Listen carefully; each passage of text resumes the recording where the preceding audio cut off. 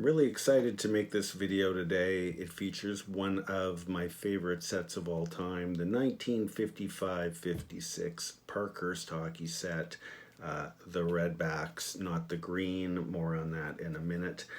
Most would agree this is arguably, outside of 51-52, the hardest Parkhurst set to find in high grade, maybe the hardest set to find in general. I think this is a very, very underrated, even though it's expensive, it's an underrated set, just in terms of there's so many unique features about this set. And I don't script these videos, so I hope I don't forget anything.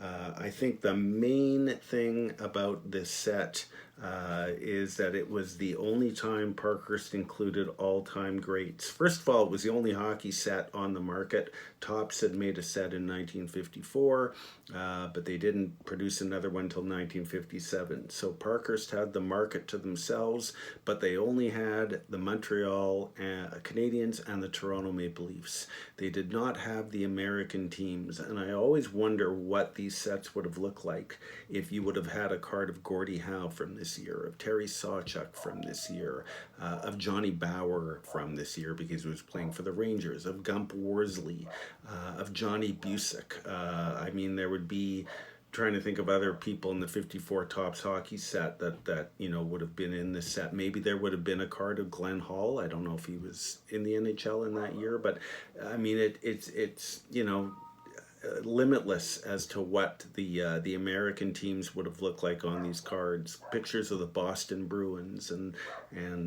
would have been fantastic. Anyway, the all-time greats. We got a litany of Hall of Famers that Parkhurst added to make this set, I guess, bigger, to give kids more cards to collect. Look at that. Look at that. That is a piece of art, ladies and gentlemen. The goalie cards are just fantastic. There is the great George Vezina. And just to get my argument of all goalies should be featured in their equipment. I mean, you can't get better. If you're a goalie collector, he's the king, but that card is much nicer. Anyway, a few more all-time greats here. Babe Pratt, Sweeney Schreiner. I'm reading these upside down. Joe Primo. And again, Turk Broda, great goalie. Where's the equipment? So it had the all-time greats. It was the only set on the market. Another really interesting thing about this set, as some people, I was late to the table on this because, to be honest, I wasn't even really aware of this until I started to read and do some research. These are the tanned back variations. There's 13 cards in this set that have the tanned back. This is the more typically seen back, which is Bernie Geoffrion, but it's the gray back. And then these are the tan backs. And apparently, online, these tanned backs were only issued in the province of Quebec. I don't know if that's true. It could be. It probably might be, but I don't know for sure. But again, 13 of the cards have these tan backs. The rest have the gray backs, and so it would show you, obviously, that these are much harder to find. And I never paid attention to these tan backs before, so you're always learn something new. A few more interesting things just about the set. Not that this is interesting, but the stars are always, there's something just magnetic about the star cards, the Hall of Famers. Jean Beliveau.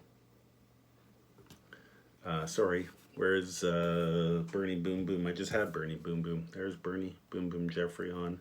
Just like goalies should be featured in their goalie equipment, Bernie Geoffrion should always be called Boom Boom on his cards. That's a nice card. And then we've got a couple interesting cards.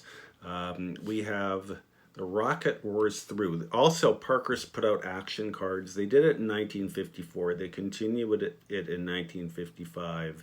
I think the action cards in 1955 are probably, I was going to say they get a little more play because I'll mention that in a second here. But Rocket Roars Through, I don't know if Rocket is roaring there. I think it looks like Maurice is just kind of...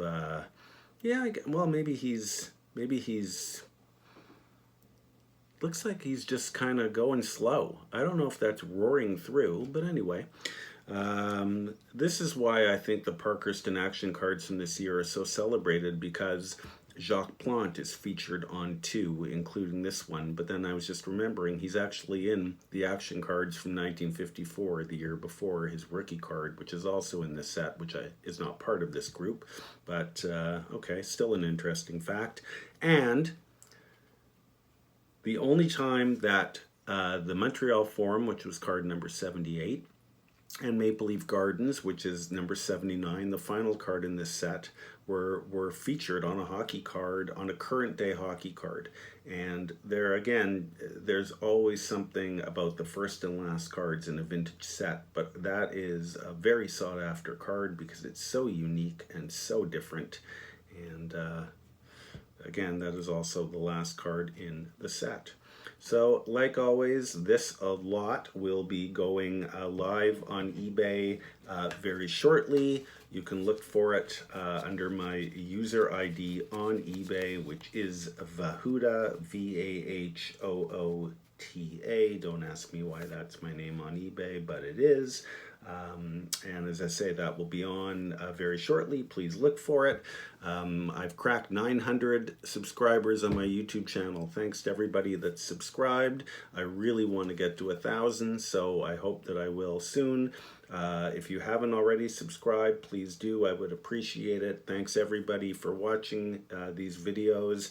If you want to sell or consign your vintage or high-end modern sports card collection to us, and you reside in Canada, we can sell your cards for you if you don't want to do it yourself. I think I have a very good following on eBay and can realize a good price for you without you having to do any of the work. Again, Canadian residents only, but no matter what province you reside in, I hope, and I know I can help you.